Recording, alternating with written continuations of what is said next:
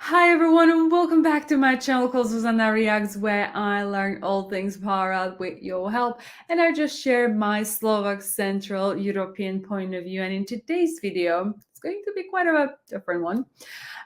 We are going to look into cars. Actually, Mahindra, more specifically. I did not know that was a car from India. And, Slovakia is actually really big on manufacturing cars. We have Volkswagen, we have Kia, we have Jaguar, Land Rover, you know what I want to say. So, so I was just, obviously I've been, when you think of Tata, you think of trucks, I think, and then you perhaps don't even think that it's Tata brand because it's not like prominent.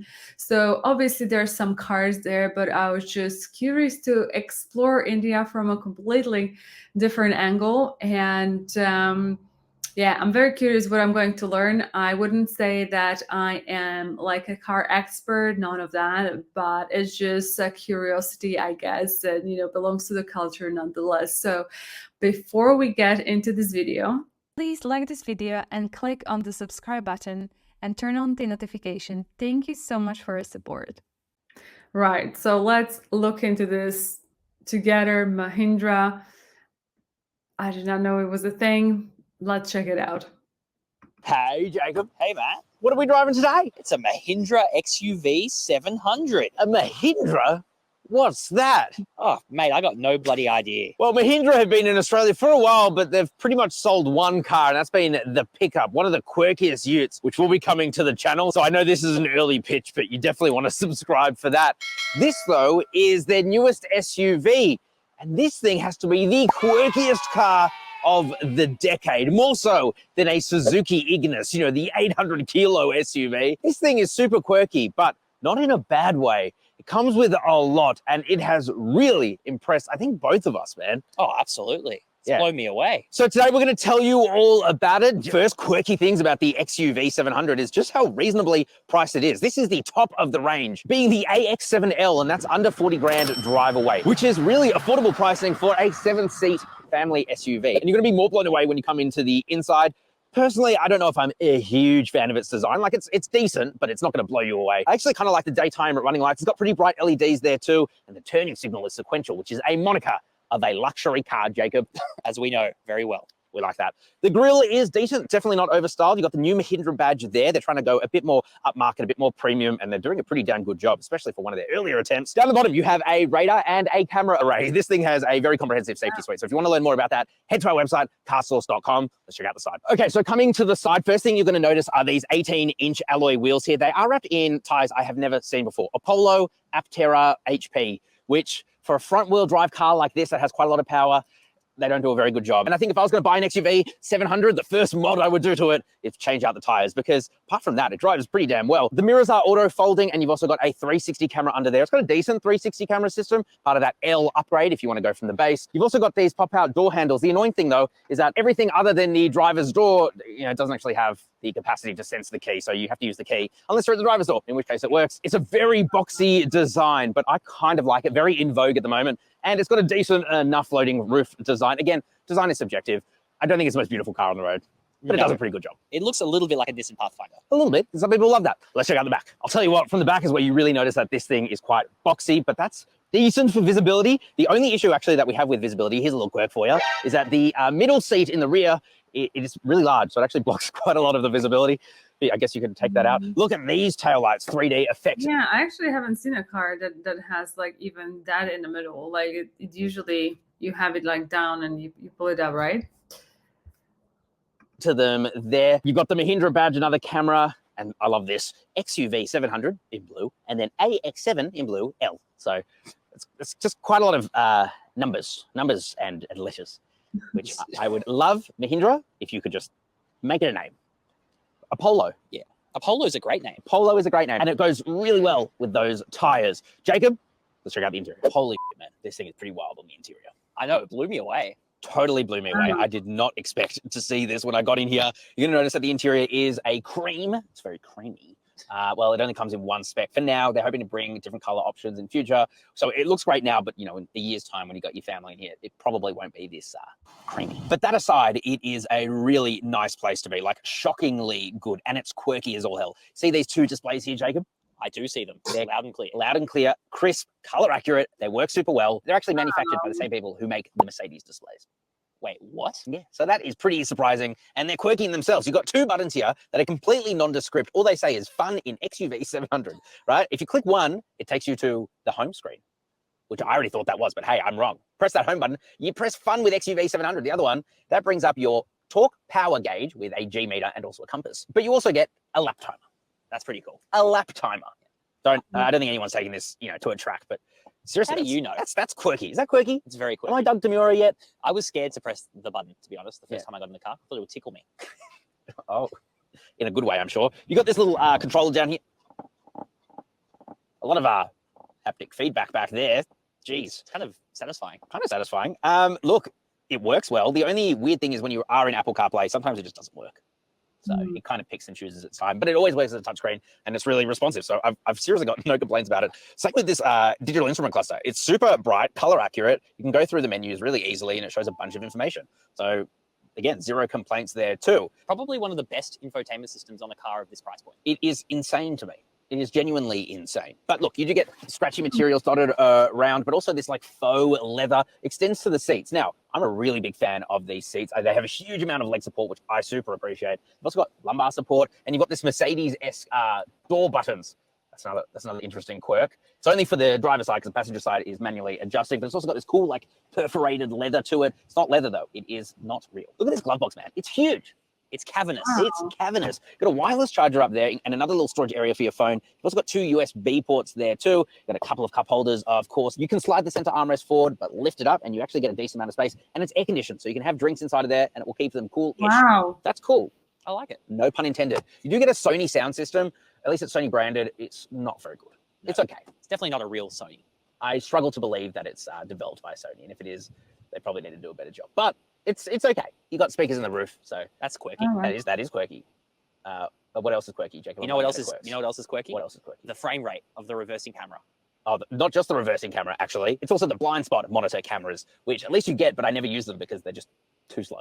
They're pretty bad. You might miss the action in a bad way. Ah. Probably not, but yeah, it's not the best. Definitely no Kia technology. It's so easy to entertain you. It's so easy to entertain me. Let's check out the back seats. Alrighty, so back seats, what's it like? Well, I'm 5'11". I've got plenty of leg room, plenty of toe room, heaps actually, and heaps of headroom there too. It's also stadium style seating, so I sit higher in the back than I do at the front, which gives me a pretty clear view over the person in front. That's cool. Quality is actually decent for a back seat of a cheap car. Like, it's pretty impressive. You've also got a panoramic sunroof here, which is really good. Very panoramic. Seat quality back here is really good too. And just like the front, you get heaps of leg support, which I super appreciate. Got a couple of air vents there, a little storage area, I guess, for your phone, and a USB-C port. Probably would be better if there were two. That's okay. Also, this is interesting. I've just killed the passenger, rammed them into the front. No, that's a pretty cool feature. It means you get extra legroom in the back. Wow. Often reserved for very expensive Korean cars, actually. Very big in Korea, Jacob. Check this out. Did you learn that from your Sangyoung chairman? Wow. My Sangyoung chairman is a national icon because it's one of the last, okay? You got a couple of cup holders here, so that's pretty damn good. You can also do this. Look, oh, Oh my we're goodness. going to have a nap. It's like and a a Lexus. party in the back. Speaking of back, there are an extra 2 seats in the back. Again, 5'11". I don't have a huge amount of space, but it is doable in a pinch. Kids will be absolutely happy back there, though. You get fan speed controls, which is pretty novel. You've also got a 12-volt socket back there and a couple of cup holders, and it's really easy to get into the back. You just pull a lever, and the seat flies forward. And you can get into the back Wow, pretty that's easily. So cool. all that is pretty damn impressive, man. You know what's weird though? What? The headrests in the back. I find them a little strange. They're a bit big. A bit Yeah. large. This one's staring at me. Kick it. Punch it. All right, let's check out the practicality. Okay, so what can the XUV 700 fit in its bum?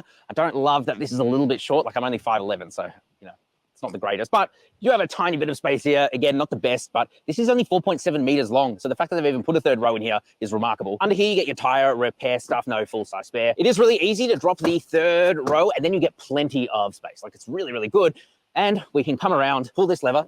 Hang on, it has a third row. I just realized that. That is insane for the price. Like, wow. Beep bop, it just falls forward. Although this side, for whatever reason, doesn't flip forward, but that's okay. And then you get plenty of space in there. Like, it's genuinely quite impressive. So Enough of the boring practical stuff. Let's drive it.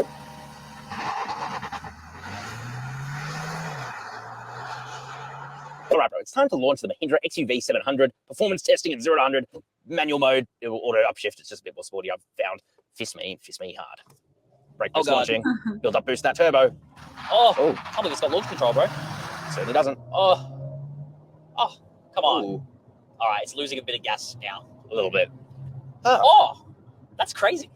That is 1 millisecond faster than an MG ZST. That is an interesting fact. 9.89 seconds. That's okay. I would have expected a little bit better. Probably the tires. Probably.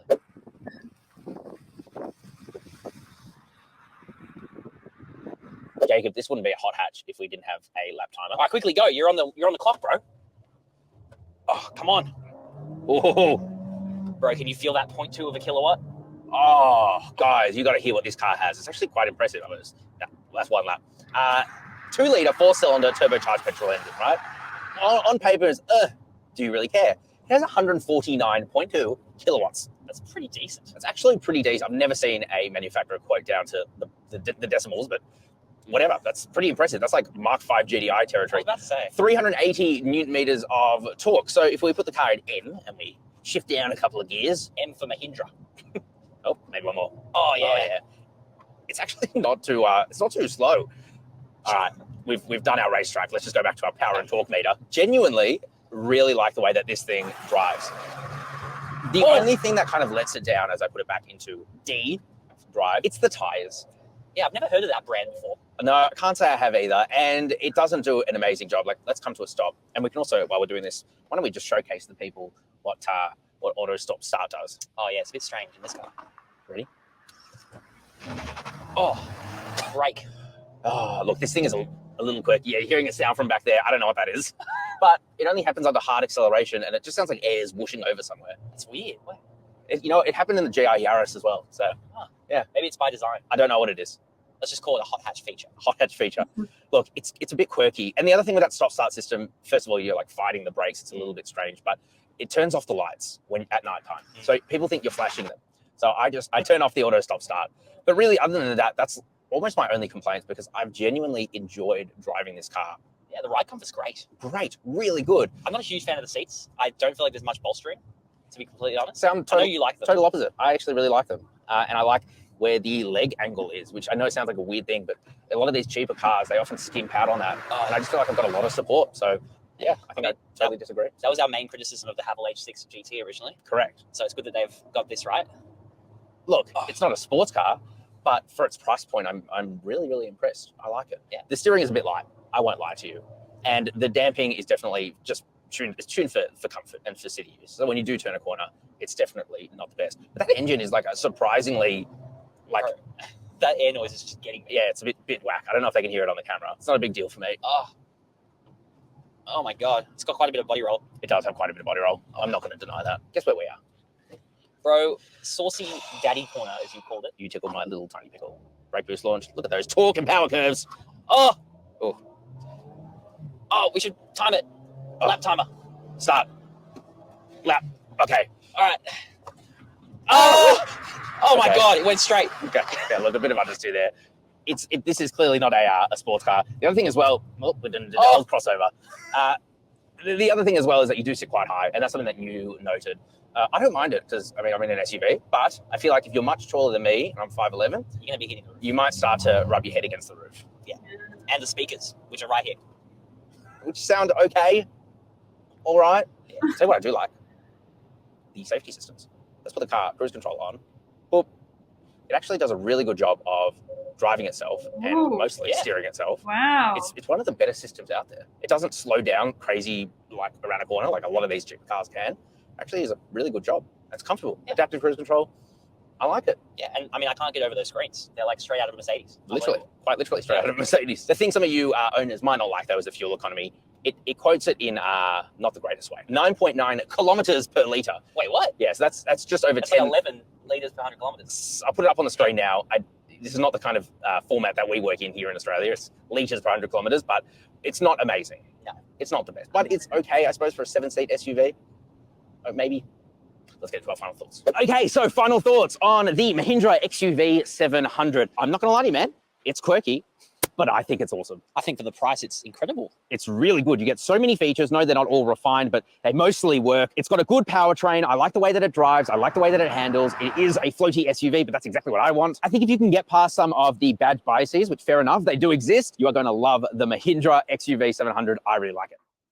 Wow, you guys, this is impressive. I was just thinking the entire time, like, it's relatively cheap and it has like so much to offer in that. I had no idea that, I guess, you just don't think about the country and you go there and, oh, what are they car producers type of thing. But I feel like, it's definitely very much up there, computable. Like the guys seem to very, very much enjoy it. I don't know. Is it a common car in India? Is that something that you drive? Is something for you affordable in India? How does that work? Like, or maybe what are the other car brands in India that you rate and they're actually really good? Please let me know in the comments below. And I think that with that being said, this is it for today's video. If you did like it, please give a thumbs up, share, like, and subscribe to this channel.